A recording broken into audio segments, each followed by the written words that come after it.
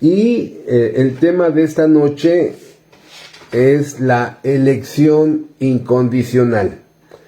La elección incondicional, y hemos puesto en los estudios pasados la doctrina de la depravación humana y la incapacidad humana. Y este tema, que es muy debatido en muchos grupos evangélicos, hoy va a poder ser recibido más dócilmente por nuestra alma, porque hablar de una elección celestial de personas, el ego humano brinca y respinga, y que por qué, y por qué no, y empieza a respingar. Pero cuando llevamos esta metodología ya en la que podemos entender que ponemos el micrófono, por favor, el silencio. Cuando ya podemos ir viendo toda la estructura de la depravación humana, toda la estructura de la incapacidad humana, fácilmente se va a acomodar esta doctrina. De tal manera que, ¿qué es lo que hemos visto en la doctrina de la depravación humana? Hemos visto que el hombre, cuando cayó en el Edén, se rompió completamente. Sí, no quedó dobladito, sino cayó de una forma terrible, se rompió el ser humano, ¿verdad? Adquirió una naturaleza pecaminosa, y él sigue siendo responsable delante de Dios, y quedó con una mente, emociones y voluntad tan dañada que la mente quedó en tinieblas, ¿verdad? Se alejó de la fuente de la luz espiritual, Dios.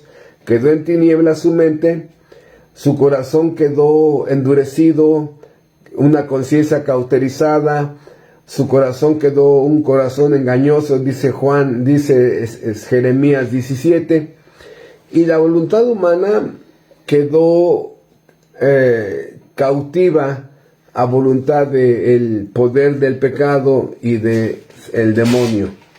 Entonces vemos el ser humano en su caída, que queda tan dañado, queda muerto espiritual, queda esclavo del pecado, prácticamente adquirió él mismo en ese momento, siguió la voluntad de Satanás, y así quedó, de tal manera que la Biblia le llama este estado de depravación, porque quedó tan dañado que lo único que hace el ser humano a través del tiempo es ir agregando maldad, hasta que vive completamente enamorado del mal, ¿no?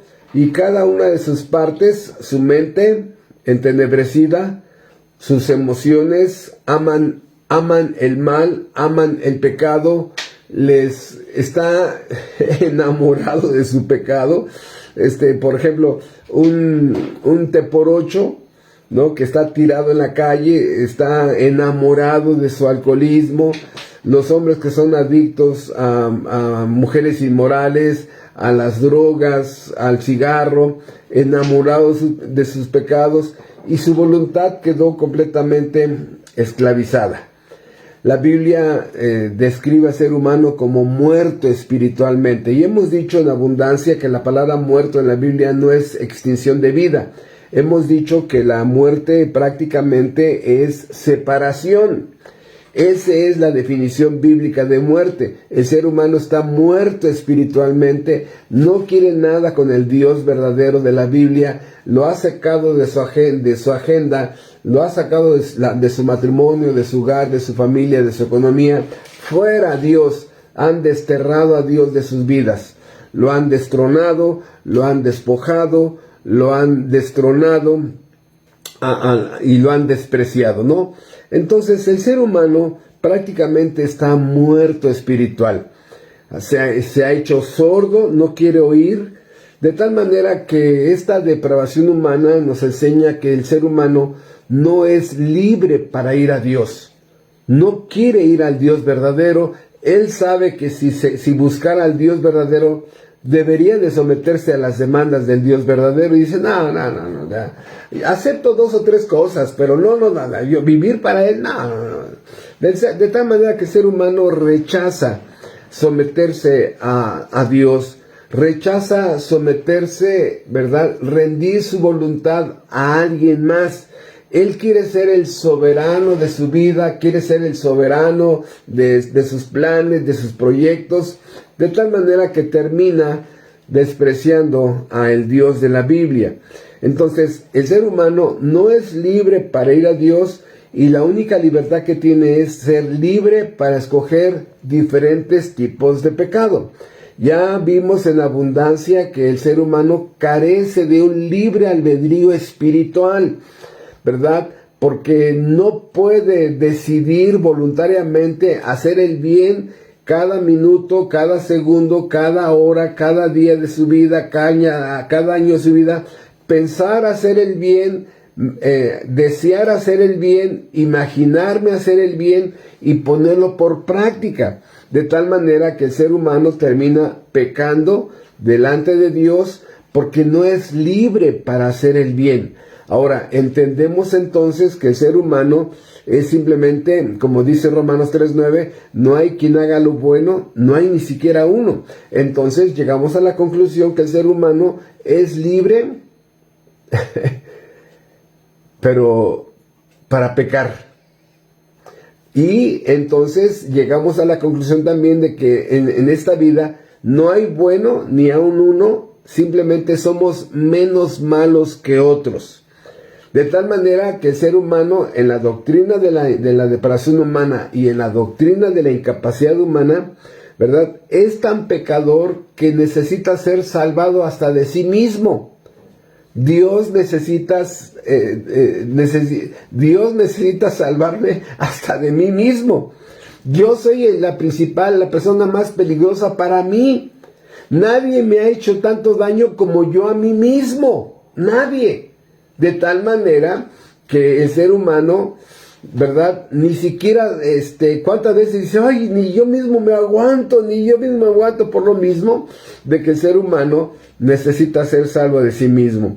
Y entonces hemos entendido a través de la depravación humana y la incapacidad humana, que la Biblia dice en la incapacidad humana que no quiere y no puede. No quiere porque ve a Dios como alguien que amenaza su vida y el pecado que él quiere, y aparte no puede. O sea, su naturaleza caída está tan caída que no hay algo que lo lleve a buscar a Dios, y pudimos verlo con el ejemplo de la abejita y la mosca, ¿verdad? ¿Cuántos años puede pasar una mosca para convencer a una abejita que la basura es mejor?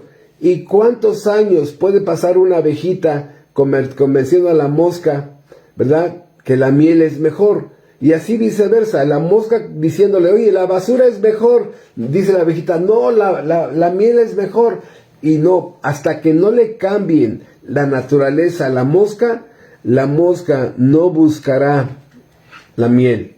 Por eso entendemos, después de entender más de 60 versículos directos que vimos, y hay más, y después de entender la incapacidad humana, que solamente una intervención divina puede cambiar la condición de esa persona.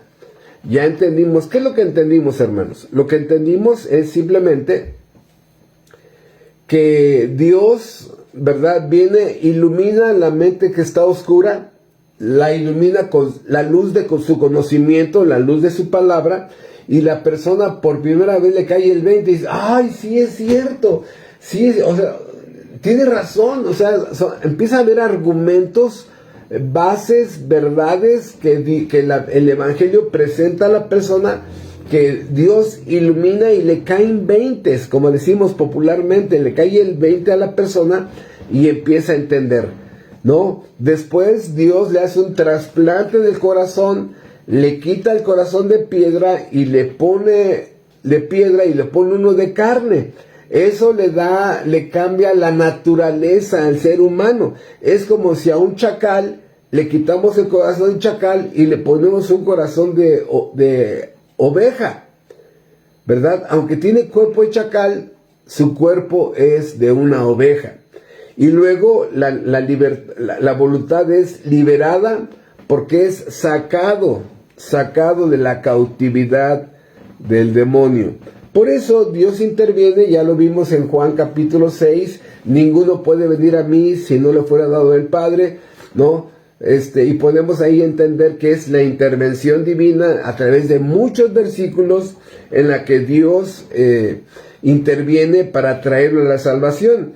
Ya entendimos que es donde el texto de Isaías, donde fuérzalos a entrar, ¿no? Donde cuerdas humanas son usadas como un charro, un jaripeo, hasta que ese toro salvaje es jalado por la gracia para atraerlo a Dios y atraerlo a la ley, atraerlo al Calvario, para que la persona pueda conocer la salvación.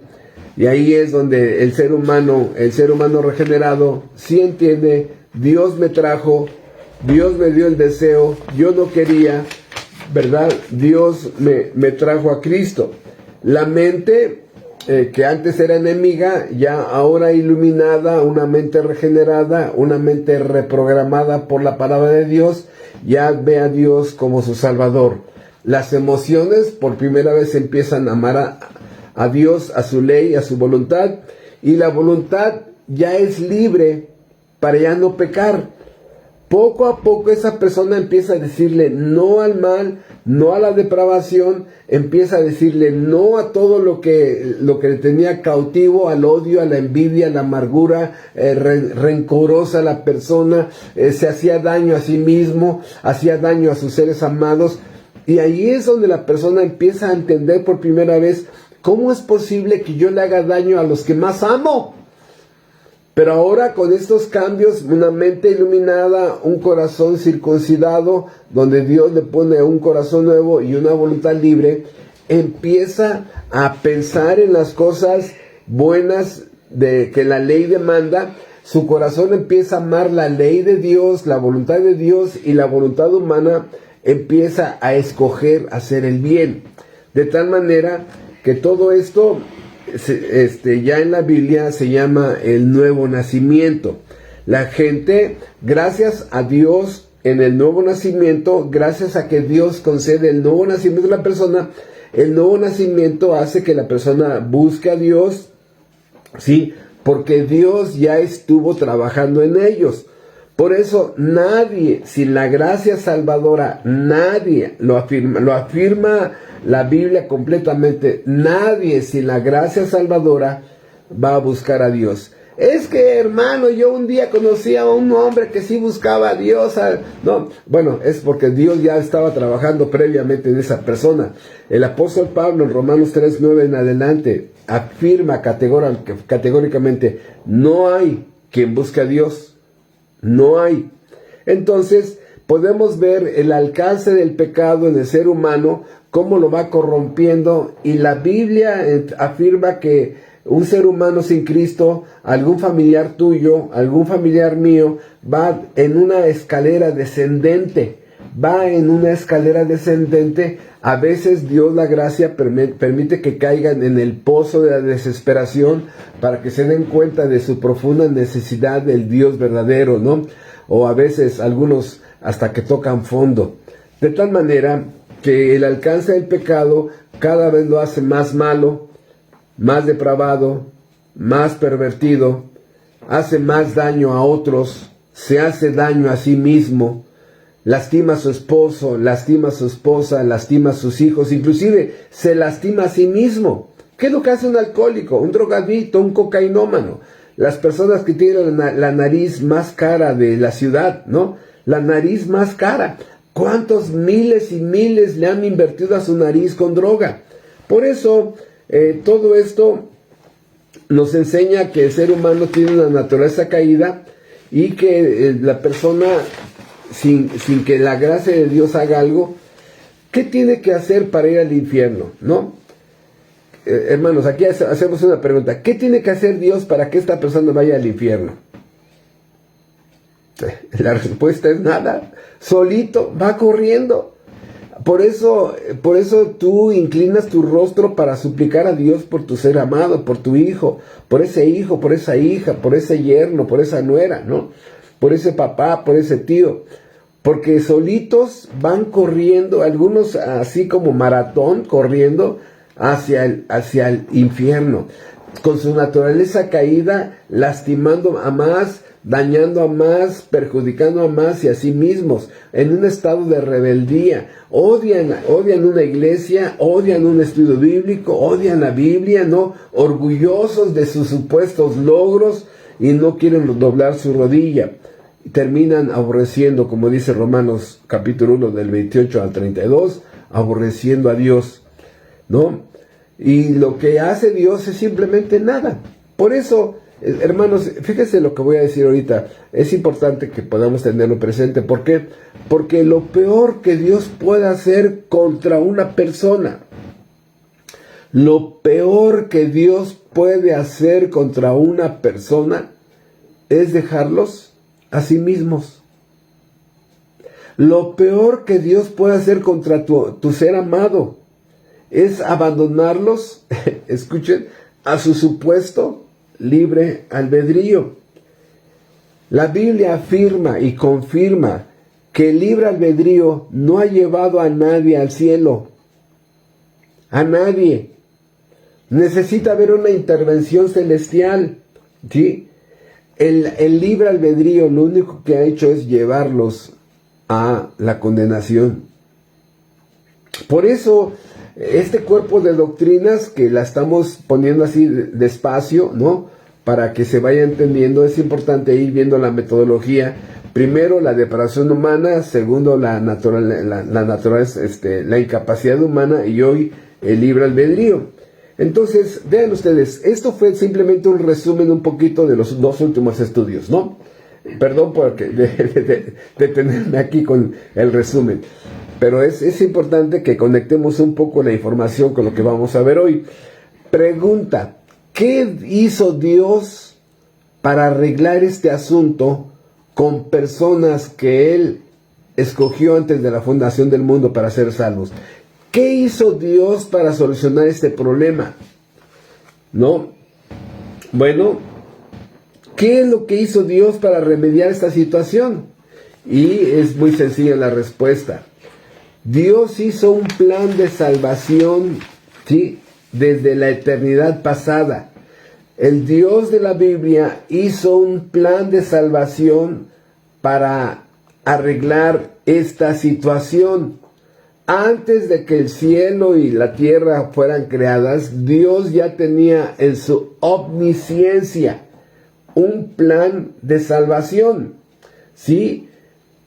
Entonces, lo más fácil era dejar a los seres humanos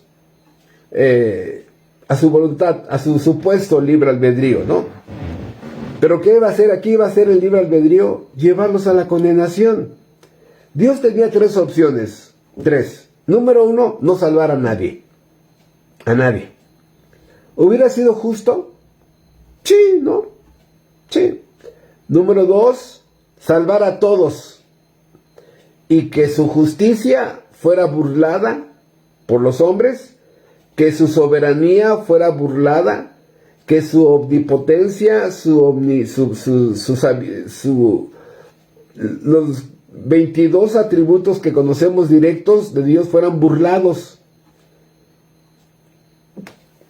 o salvar a algunos.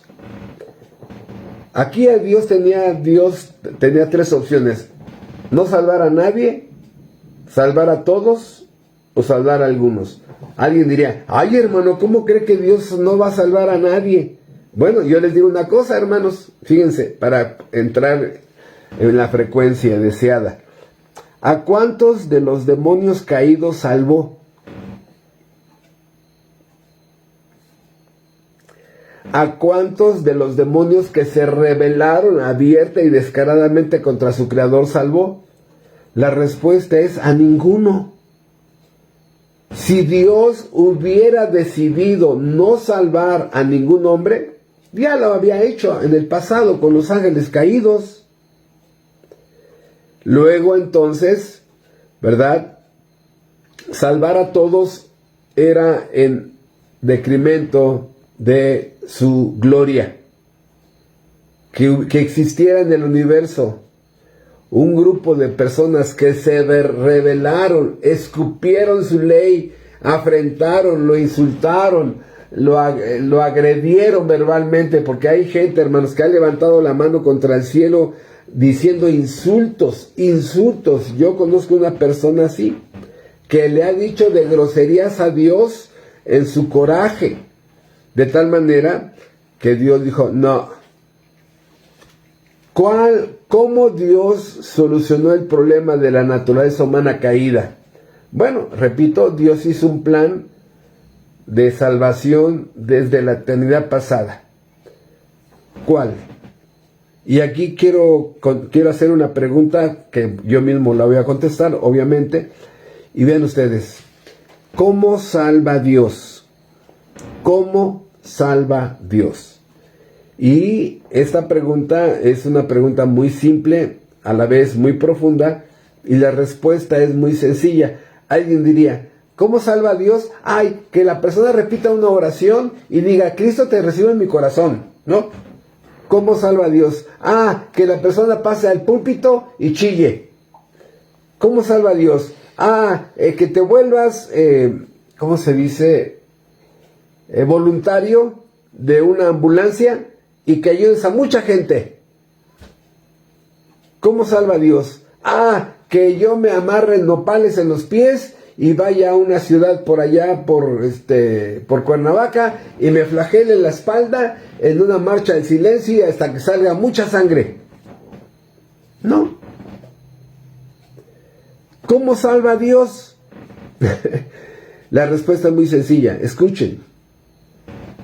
Eligiendo, escogiendo, predestinando. ¿Qué? Sí. Allí inicia la salvación. Obviamente, a través de la obra de Cristo, a través del nuevo nacimiento, a través de concederles la fe y el arrepentimiento. Pero a lo que quiero llegar es que la salvación inicia eligiendo.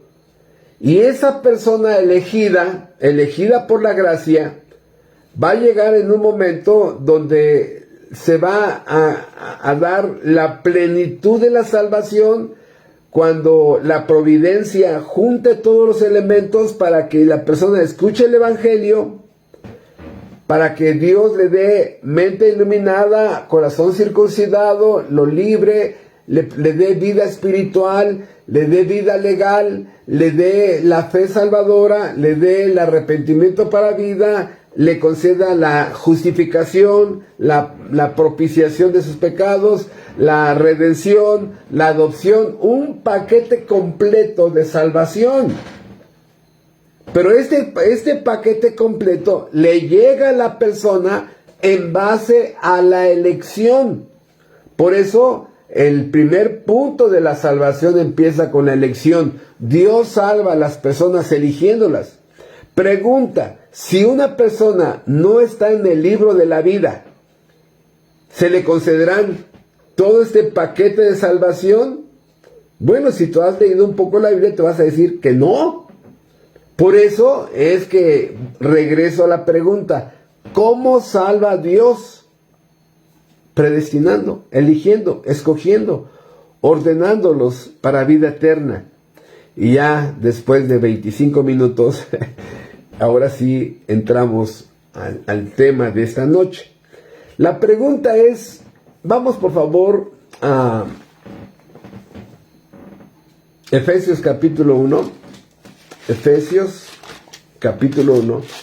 Porque alguien diría, bueno, ok, pastor, sí, ya entendí que Dios salva escogiendo, pero ¿en base a qué los escogió? ¿Cuál es la base legal para escogerlos? ¿Sí? En base a los que iban a decir que sí, nadie iba a decir que sí. En base a una fe prevista, nadie tiene el don de la fe, ¿no? Hasta que no es predestinado, y la fe salvadora viene como efecto de la predestinación.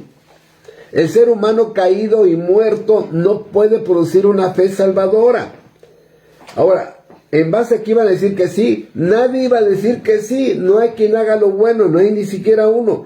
¿En base a qué?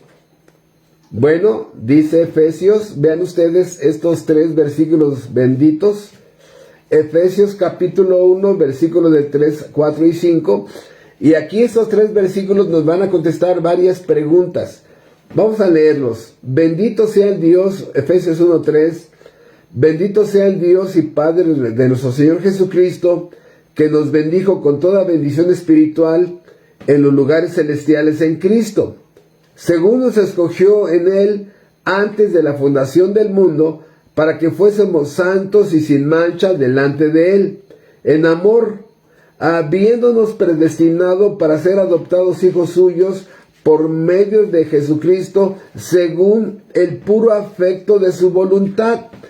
¿Cuál es la base legal, la base bíblica de la elección? Como Él quiso, según el puro afecto de su voluntad. ¿Quieres pelearte con Dios? ¿Y por qué a él y por qué a aquel no? Dirá el vaso de barro, ¿no? ¿Peleará con el alfarero? Hermanos, o sea, escuchen, vamos a poner una base. Vamos a poner una base. El ser humano, si todo este planeta no hubiera Biblia, no hubiera la cruz de Calvario, pregunta, este mundo caído, ¿qué merece? ¿Justicia o amor? Este mundo caído, ¿qué merece ante el trono de justicia en el que Dios se sienta? Según la Biblia, este planeta merece justicia. La paga del pecado es la muerte. El alma que pecare, esa morirá. Los 10 mandamientos no son las 10 sugerencias. Los 10 mandamientos no son las 10 recomendaciones de Dios, son los 10 mandamientos de alguien que manda. Es el dueño absoluto, soberano de este planeta, y Él los puso como mandamientos legales. Tiene una base legal, penal y jurídica, los mandamientos. Por eso, la base por la que Dios escoge es en base a su misericordia, a su gracia, porque todo este planeta, todos los seres humanos de este planeta merecemos justicia. ¿Ya se te olvidó lo que habías hecho, hermano, antes de Cristo? A mí no se me olvida lo que yo había hecho antes de Cristo. Lo tengo muy presente. No vivo del pasado, yo ahí no vivo, no. Pero lo tengo presente para saber de dónde la gracia me sacó. Por eso, hermanos, cada uno de nosotros estamos convencidos que merecíamos justicia. Esa mujer que antes de Cristo abortó, esa mujer que destruyó su matrimonio, ese hombre que ya embarazó a mujeres, ese hombre que destruyó su matrimonio, ese hombre que destruyó su cuerpo con alcoholismo y droga, y empezamos a ver una diversidad de vidas pecaminosas. Hermano, de allá venimos, merecíamos la justicia. Por eso Dios a estas personas nos enseña que la elección, escuchen, no es una elección entre justos, sino entre pecadores que van a la condenación. No es una elección entre personas santas y justas, es una elección entre criminales espiritualmente hablando, delincuentes espiritualmente hablando, rebeldes, ¿sí?, desafiantes de Dios, ateos, incrédulos, escépticos, agnósticos, contra Dios. Por eso termina siendo de gracia esta salvación. Por eso, ¿en base a qué? Dice, ya vimos aquí Efesios 1:5, según el puro afecto de su voluntad, ¿no? Y fíjate, yo he encontrado a muchas personas que a través de los años hemos compartido esta doctrina y dicen, es que es injusto. Digo, ¿qué es injusto? ¿Qué es injusto? Pues que, ¿por qué a Panchito sí y a Paquito no? Mira, ¿de veras quieres hablar de justicia? Sí. Bueno, entonces si hablamos de justicia, ni a ti ni a mí. ¿Quieren hablar de justicia? A nadie. Pero la misericordia y la gracia salvadora vienen a este planeta en la persona de Cristo para buscar a todos aquellos que habían sido escogidos antes de la fundación del mundo. Por eso se llama elección incondicional.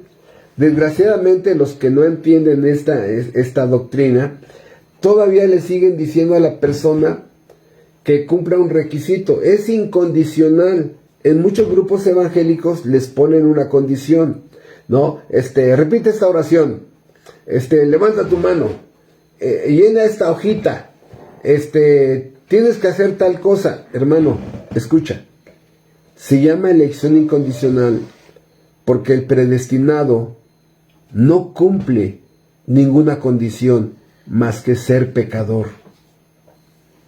Esa es la condición. ¿Por qué? ¿Por qué? Vean ustedes lo hermoso de esto. Dice aquí, versículo 4 de Efesios 1, según nos escogió en él antes de la fundación del mundo. Y aquí es donde viene lo incondicional. A ver, este adúltero o esta mujer inmoral ya había hecho ese mal. Fue escogida antes de la fundación del mundo. Ni siquiera existía esa persona. Por eso es incondicional. No estaba en condiciones porque no existía esa persona para cumplir una condición. ¿Sí? Por eso, hermano, entonces, ¿cómo lo hacemos? Predícale el Evangelio. Predícale el Evangelio. La aceptación del Evangelio nos muestra que le predicase el Evangelio a una persona predestinada. Pero no digas, a ver, ahorita tienes que dar una ofrenda de tanto, y tienes que comprar un terreno para la iglesia, y tienes que sostener a un misionero en África, y tienes que caminar sobre nopales en pies descalzos. No, hermano, no. Predica el Evangelio. Dice 1 Timoteo que el Evangelio saca a la luz la vida. ¿Sí? O sea, el Evangelio es como si tú pusieras en trabajo de parto a una persona, en trabajo de parto, y si da luz, y si tú vives en santidad, predicas bien el Evangelio va a sacar a la luz la vida de ese predestinado, sin poner condiciones. No es que pasa ahí al púlpito y chilla. No cada domingo trae flores. No, hermano, no. Para que la persona sea salva es un evangelio prácticamente bíblico, porque hay una elección incondicional. ¿Qué significa esto, hermanos? Bueno, aquí es donde ya vamos a empezar a ir escalones más para abajo, más descendiendo a las profundidades de esta gran verdad, en la que vamos a entender que dice que fuimos escogidos antes de la fundación del mundo. Bueno, hermanos, Dios, son figuras para describir esto, ¿no? En la eternidad no hay librerías ni papelerías, ¿no? Que Dios fue a comprar un libro. No, simplemente Dios es una forma en que nos dice que tu nombre fue apuntado en el libro de la vida. Dios sabía que Dios te iba a crear. Dios sabía que Dios te iba a crear. ¿Sí? Y de todo el libro de los vivientes, porque hay varios libros en la Biblia habla de varios libros. Ahorita no tiene caso que me desvíe mencionándolos. Cuando vimos el estudio de Apocalipsis, que vimos un tema de nada más para hablar de los libros en Apocalipsis, Uno de ellos es el libro de los vivientes, donde está apuntado todos los seres humanos que han existido en este planeta. Es el libro de los vivientes. Y del libro de los vivientes, donde hay millones y millones de personas escritas allí que existieron en este planeta, Dios escogió, en base al ejercicio libre de su voluntad, Dios escogió a personas, y esos nombres que Dios sabía que Dios había decretado que nacieran, escogió un puño y los anotó en el libro de la vida, ¿sí? De tal manera, hermanos, que por eso sigo afirmando que la salvación básicamente es elección de Dios, porque los mete en un proceso de conversión donde culmina con la salvación de su alma. Entonces entendemos, vean ustedes, una de las grandes verdades que a mí lo personal me da miedo, lo que voy a decir ahorita. ¿Por qué?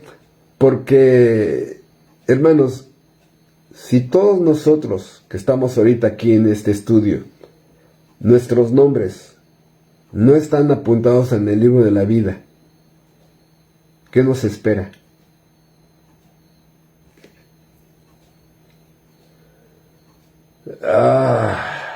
Lo peor que nos podría pasar es que nuestros nombres nunca hubieran sido escritos en ese libro. Los que están escritos allí no van a ser borrados. Y los que no están escritos allí tampoco van a ser inscritos algún día. Porque la inmutabilidad de Dios, la sabiduría de Dios y la eternidad de Dios afirma eso. No es de que digan, ¡ay! Allá está Chuchita, la señora Chuchita, ¡ay! Se me olvidó apuntarla. A ver tú, Ángela, apúntala, por favor, se me pasó. ¿Cómo fue que se me pasó? No, hermanos. Dios no es así como los hombres. Es un sabio decreto soberano, inmutable, eterno. El que no está apuntado allí no va a ser borrado. ¿Sí? Pero el que no está apuntado allí nunca será apuntado. Por eso, hermano, de verdad, ruega a Dios que el nombre de tu hijo, de tu hija, esté allí, que el nombre de tu cónyuge esté allí. Esa es una verdad increíble, hermanos. Y duele y da miedo.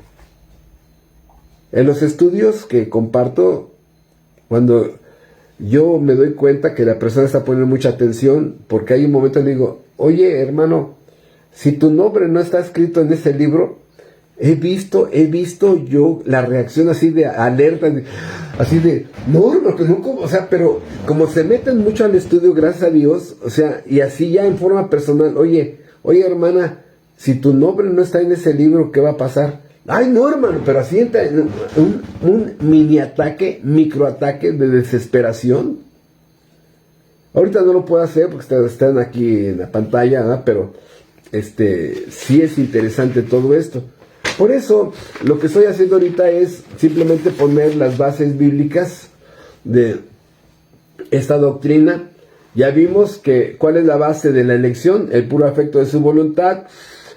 ¿Desde cuándo fue realizada esta elección? Antes de la fundación del mundo. ¿Sí? ¿Y para qué hizo Dios esto?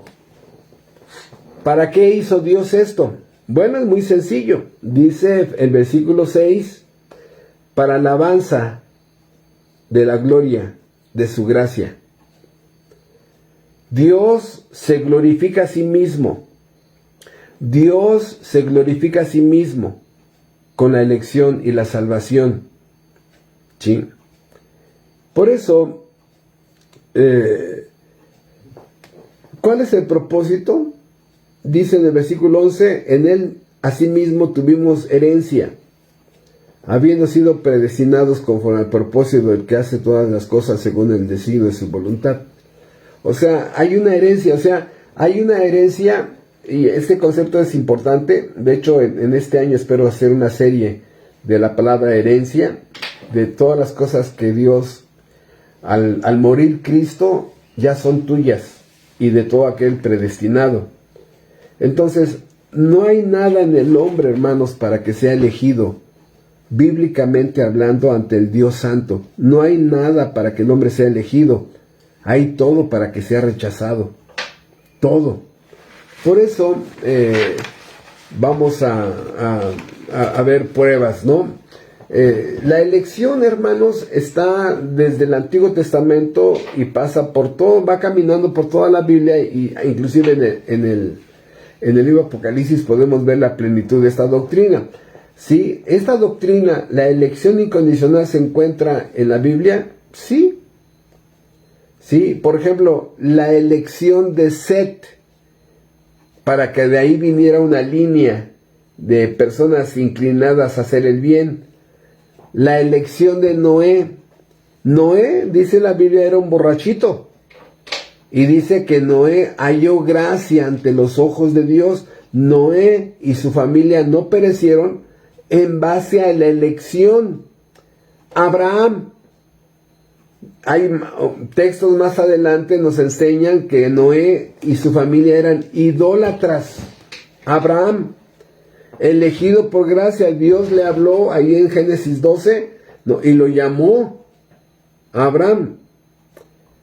En el capítulo 15 es confirmado, y en el 17 hay una reconfirmación. Jacob, elegido. José, de las 12 tribus de Israel, elegido para ser el primer ministro de Egipto.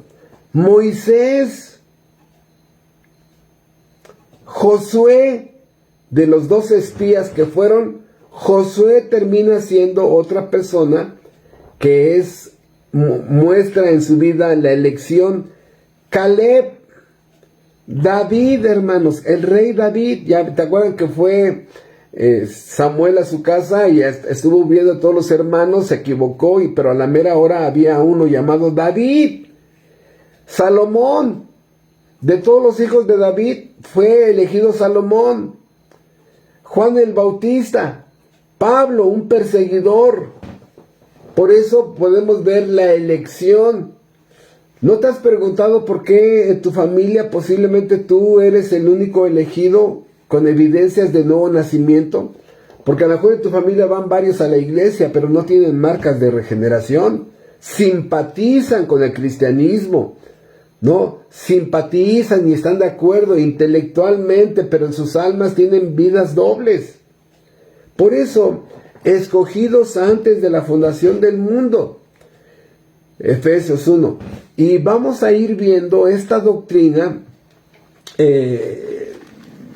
Y uno de los pasajes, vamos por favor a Romanos. Si no me alcanzan, no se preocupen, va a quedar aquí grabado para que en algún momento ustedes puedan ver esta doctrina.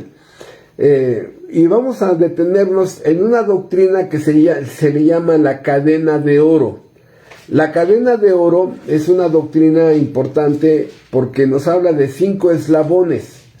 Así como una cadena que le pones un candado, este pasaje nos habla de una doctrina importantísima, de las más importantes en el libro de Romanos, y Romanos capítulo 8 nos enseña en el versículo 29 al 30 estos 5 eslabones de esta cadena de oro. Dice: porque a los que antes conoció también los predestinó para que fueran hechos conforme a la imagen de su Hijo, para que Él sea el primogénito entre muchos hermanos. 30. Y a los que predestinó, a estos también llamó, y a los que llamó, a estos también justificó, y a los que justificó, a estos también glorificó. Vean ustedes por qué afirmamos, confirmamos y reafirmamos que la salvación no se pierde. No es el tema de esta mañana, es un breve comentario. Dice aquí 5 puntos importantes de la elección. Número 1, a los que antes conoció. ¿A qué se refiere? Comentario rápido. ¿A qué se refiere? Que ya sabían que iban a existir y los apuntó en el libro de la vida. A los que antes conoció. A estas personas que, dice, los predestinó. Y esta palabra que incomoda a mucha gente porque le tienen miedo a esta palabra, porque en el fondo no la sabe explicar. Esta palabra predestino es muy sencillo. Predestino. Predestinados. Predestino. Si yo compro un mueble bonito y me dice mi esposa, oye, va a quedar muy bonito en la sala. Digo, no, está predestinado para el comedor. Desde el momento que yo lo compro, ya le doy un destino final a ese mueble que va a ser en una parte de mi casa. Entonces, Dios les dio un predestino. Destino determinado en base a un decreto de salvación desde antes de la fundación del mundo. Entonces, a los que antes conoció, su nombre escrito en el libro de la vida, les dio un destino previo, ¿no? La salvación. ¿Y cómo? Bueno, a los que antes conoció, a esos predestinó, a los que predestinó, a estos llamó. Los vamos a ver en una doctrina que se llama el llamamiento eficaz. Hoy no nos toca eso, lo vamos a ver después.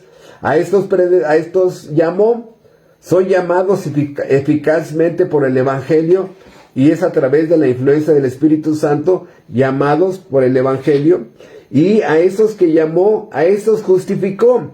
Esta palabra de justificar es una acción legal en el que el juez del universo los declara inocentes, perdonados, sin antecedentes penales, libres de condenación. ¿Por qué? Porque la justicia cae sobre un inocente. Por eso son declarados justos. El juez los declara libres de culpa, ¿verdad? Por eso la salvación es un intercambio de expedientes. A mí me conceden el expediente de Cristo, que siempre guardó la ley de pensamiento, palabra y hecho, y fue castigado por la ley, y me da su expediente, y yo le transfiero mi expediente, y por eso él es prácticamente ejecutado por la culpa que yo había cometido y que estaba registrada en ese expediente. Por eso, entonces, a los que antes conoció, libro de la vida, los predestinó, les dio un destino previo. A esos los llamó eficazmente por medio del Evangelio y la influencia del Espíritu Santo. A esos justificó. Y a los que justificó, ¿qué les hizo? Les dio la gloria, los glorificó. Vean ustedes, este evento fue realizado en la eternidad pasada. Allá fue realizado en la eternidad pasada. Y se concluye, vean ustedes lo hermoso, y se concluye en la eternidad futura. En la eternidad no hay tiempos. Estoy hablando que entre la eternidad pasada y la eternidad futura en medio está el tiempo. A eso me refiero, ¿sí? La eternidad no tiene pasado ni futuro, sino que en medio está el tiempo, y en la eternidad pasada, antes de que el tiempo existiera, Dios tomó una decisión y apuntó los nombres en el libro de la vida. Y a esos, a los que antes conoció, a esos predestinó, a esos llamó, a esos justificó y a esos glorificó. Entonces, la salvación inicia en la eternidad pasada y se consuma en la eternidad futura. ¿Cuántos se perdieron? Ninguno. Porque el mismo grupo, los que antes conoció, es el mismo grupo a los que a ellos predestinó. Es el mismo grupo. Ahora, ¿es un grupo diferente a los que llamó? No es el mismo grupo. ¿Es otro grupo a los que justificó? No, son los mismos. ¿Y a los que justificó y a los que glorificó es otro grupo? No. Es el mismo grupo desde el principio hasta el fin. Por eso ni uno se pierde. Por eso todos aquellos que andan enseñando esta herejía, ¿no?, de que la salvación se pierde, no conocen Romanos 8. Esta salvación no se pierde. No hay uno solo que haya perdido la salvación. Hay 3 grupos de textos que luego los vamos a estudiar, donde aparentemente esto sucede. No es así. Por eso estamos viendo que esta doctrina sí está en la Biblia. esta cadena, ¿no? Desde la eternidad pasada hasta la eternidad futura, una cadena inquebrantable. Por eso vamos a Juan capítulo 15 y vamos a ver el texto que ya no quedó grabado aquí en esta grabación, donde veíamos algo de Cristo en relación con esta doctrina. Juan 15, 16. No me elegisteis vosotros a mí, sino que yo los elegí a ustedes y los he puesto ¿para qué? Para que vayan y lleven fruto y vuestro fruto permanezca, para que todo lo que pidieres al Padre en mi nombre, Él os lo dé. No me elegiste tú a mí. Es que yo recibí a Cristo, es que yo aquí... No, entiéndelo, no. O sea, la mala doctrina que tienes posiblemente se hace que repitas eso, pero Él fue el que te eligió, Él fue el que te dio el deseo, Él fue el que te dio el querer. De tal manera que, hermanos, no te enojes con esa persona que dice así, ¿verdad? Simplemente ve entendiendo que su poca teología lo va llevando, y si va madurando esa persona, va a llegar un momento, va a decir, Él me eligió, Él me predestinó, Él me dio el deseo, Él me dio el querer como el hacer, ¿no? Pero si después de 5 años de escuchar eso dice, no, es que yo lo recibí, ay, ¿qué parte de Él te salvó no has querido entender, ¿no? Por eso, vean ustedes, si esta doctrina, vamos a Marcos capítulo 13, alguien dice, ¿a poco esa doctrina está en la Biblia? Sí, gracias a Dios ahí está. Y gracias a Dios que estas doctrinas están cada vez invadiendo más nuestro querido México. Cada vez hay más iglesias que enseñan esta doctrina, me da mucho gusto por ellas, ¿no? Porque van a crecer sanamente. Dice Marcos 13, versículo 20, 22 y 27, dice Marcos 13, 20, y si el Señor no hubiera acortado aquellos días, nadie sería salvo, mas por causa de los escogidos que Él escogió, acortó aquellos días. Hablando de un tiempo de gran tribulación, ¿no? Los escogidos que Él escogió, versículo 22, porque se levantarán falsos cristos y falsos profetas, y harán señales y prodigios, para engañar, si fuese posible, a uno de los escogidos. Otra vez, ¿es posible engañar a los escogidos? Con cosas, la Biblia dice que no. No, o sea, hay un momento donde la persona entra en confusión, pero la luz que brilla de la verdad impedirá que sea engañado. Sí, dice Juan capítulo 10, mis ovejas oyen mi voz y no escucharán la voz de los extraños. ¿No? Por eso, ahí otra vez la palabra que nos interesa, porque se levantarán falsos cristos y falsos profetas y harán señales y prodigios para engañar, si fuese posible, a uno de los escogidos. La respuesta es, no es posible.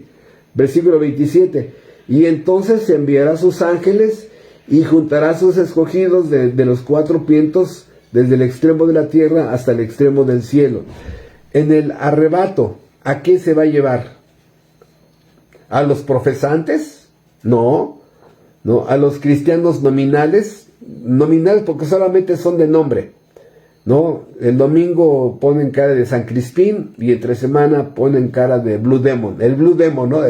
¿Te acuerdas de ese luchador? El Blue Demon. El domingo llega con su máscara del santo, ¿no? Entonces, o sea, pregunta, en el arrebato, ¿va a haber el Blue Demon de pronto ahí siendo llevado? No, hermanos. Dice escogidos. Y aquí, hermano, yo sé que mientras tú en tu cabeza estás diciendo, te estás preguntando, ¿y cómo sé si soy un escogido? ¿Cómo sé si yo soy un escogido? Es muy sencillo, hermanos. Es muy sencillo. Quisiera que tuviéramos un espacio para ver esto. Porque, fíjate, en cada palabra escogido, elegido, predestinado u ordenado para vida eterna, hay un calificativo espiritual. Por ejemplo, dice, escogidos para ser santos y sin mancha. Ahí está esa marca. Si tú empiezas a tener una vida de santidad progresiva y no hay mancha en tu testimonio, hay evidencia de que pueda ser un elegido, ¿no? Escogidos para buenas obras. Empiezas a crecer en buenas obras, producto de la salvación. De tal manera que hay muchos frutos, productos de la elección, que empiezan a ver que es Dios produciéndola en ti. Dios produciéndola en ti, no tú, prácticamente. Por eso, dice el Salmo 65:4, bienaventurado el que tú escogieres. Ahí está nuestra doctrina desde el Antiguo Testamento. Bienaventurado el que tú escogieres y atrajeres a ti para que habiten tus atrios. Dichoso y feliz el que tú escojas. Qué bendición que Dios escoja a uno de tus hijos. Qué bendición que Dios escoja a una de tus hijas. Qué bendición, hermano, que papá, mamá y los hijos sean escogidos. O sea, eso es poco común. Poco común. A veces es el esposo el predestinado. A veces es el esposo predestinado y la esposa simpatizante y los hijos son simpatizantes, ¿no? A veces es la esposa la predestinada y el esposo es el simpatizante y los hijos son simpatizantes. No todos los que van a la iglesia son regenerados. Algunos son simpatizantes, otros son domingueros, otros son calientasillas, otros son cristianos piratas, ¿no? Pero qué hermoso cuando toda la familia, hermanos, tienen marcas de regeneración. Por eso, disculpen, ¿no? Aquí en nuestro púlpito siempre estamos simpatizantes, calientasillas, domingueros, religiosos, cristianos pirata. ¿Por qué? Porque, hermanos, es bien fácil cuando uno aprende vamos a hablar de la cultura cristiana, ¿no? El cristiano regenerado no tiene una cultura cristiana, es regenerado, ¿no? Hablando del ejemplo de la mosca y la abejita, cuando la mosca se para en la flor y va y hace como que come el néctar, ¿no? Sigue siendo mosca. Sigue siendo mosca. Por eso, bienaventurado, dichoso y feliz el que tú escojas y atraigas a ti. Por eso nos damos una idea más clara de esta elección soberana. Y Dios elige en qué época escogerte. Dios escogió el tiempo de tu elección. Dios escogió, ¿no? El momento perfecto para que fueras elegido. Entonces dice segunda de Tesalonicenses 2:13, escogidos para salvación. Otra vez nuestra palabra clave, escogidos para salvación. Dice primera de Tesalonicenses capítulo 1, versículo 4. Dice el apóstol Pablo, hablando de los creyentes en Tesalónica, conocemos vuestra elección. ¿Cómo sabía Pablo que habían sido elegidos? Porque el elegido produce un fruto que el impío y el pagano no puede producir. Hay temor de Dios, hay una santidad progresiva, se alimenta de la verdad, hay una fe salvadora, hay un arrepentimiento para vida, hay buenas obras. ¿Me explico? Dice Pablo, conocemos vuestra elección. Inclusive en 1 Timoteo 5:21. 1 Timoteo 5:21 dice que los ángeles que no cayeron en la rebeldía del demonio, los ángeles que no cayeron en esa rebeldía abierta contra Dios, son, dice 1 Timoteo 5:21, ángeles escogidos.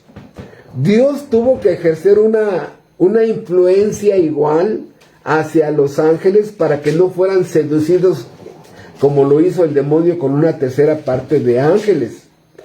Aún los mismos ángeles, hermanos, tuvieron que haber una elección para que permanecieran en ese estado de santidad. Dice Romanos 11, 5 y 6, hay un remanente escogido por gracia. Un remanente escogido por gracia. Dice el apóstol Pablo en relación con todos aquellos que van a venir a la salvación, 2 Timoteo 2:10. 2 Timoteo 2:10 dice, todo lo soporto por amor de los escogidos. Los escogidos eran el objeto del amor del apóstol Pablo. Escogidos que ya habían entrado a la salvación y escogidos que él andaba buscando a los predestinados. Por eso, hermano, una de las oraciones que tenemos décadas en nuestra iglesia de orar a Dios es: Padre bendito, ponnos en contacto con predestinados. Y ojalá sea tu oración, hermano, que Dios a tu iglesia, a tu familia, a ti mismo, te ponga en contacto, con un predestinado. Y predícale el evangelio de la gracia de Dios en Cristo Jesús. Si tú le predicas el evangelio pirata, el evangelio de que recibe a Cristo en tu corazón, aunque estés enfrente de un predestinado, no va a pasar nada. Nada. ¿Por qué? Porque el evangelio es un imán espiritual que solamente atrae el metal espiritual que tiene el predestinado. ¿Sí? El efecto de atracción que tiene el megaimán solamente va a atraer ese metal predestinado. Así el evangelio atrae a todos aquellos predestinados. Por eso hace décadas dejamos de usar ese método antibíblico, arminiano, que no salva a nadie, ¿no? Por eso dice el apóstol Pablo: todo lo soporto por amor de los escogidos.